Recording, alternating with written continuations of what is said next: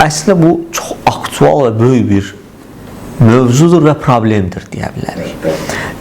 Çünki burada dediyiniz kimi yüzlərlə, minlərlə uğurlu əməliyyat olunar. Bir uğursuz bir şey hər zaman bir ictimai bir partlayışa səbəb ola bilər.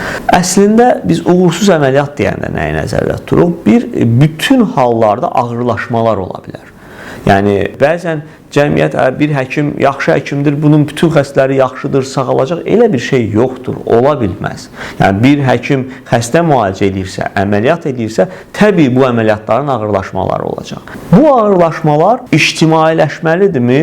Həmən televiziya, sosial media, ümumiyyətlə bu həkimi qiymətləndirən orqan nə ictimai, sosial media olmamalıdır. Bu həkimin işini qiymətləndirən qurumlar var, nazirliyi var, komitələr var.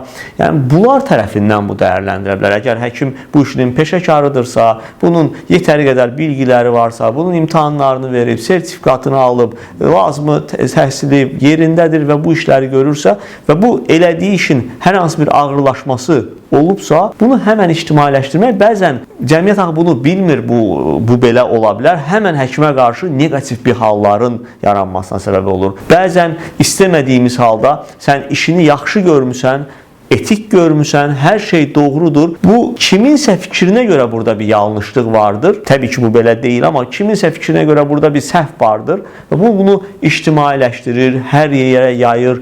Məncə bu düzgün bir şey deyildir. Təbii ki ictimai qınaq, mən razıyam, bu olmalıdır. Amma bu həkimdir, bu səhv edib, bunu kim bu həkimin səhv elədiyini qərarını verib? Bir, üzr istəyirəm, jurnalistmi? Jurnalist bunu araşdıra bilər. Təbii ki, bunun da işi budur. Amma bu etik çərçivələrdə olmalıdır. Bu qərəzli, birmənalı şəkildə olmamalıdır. Həkimin də hüquqları pozulmamalıdır. Həkimin ümumiyyətlə bu əməliyyatı eləyən həkimin deyil, digər bütün həkimlərin imici, onun bundan sonraki həyatı, bundan sonraki pasiyentləri hamısı nəzərə alıb bu xəbərlər hazırlanmalıdır və yayımlanmalıdır. Siz bəzən biz bir həkim haqqında xəbər hazırlayıb onu paylaşanda dediyim kimi bir həkimi deyil, bütöv səhiyyəni bəzən zədələyə bilərik.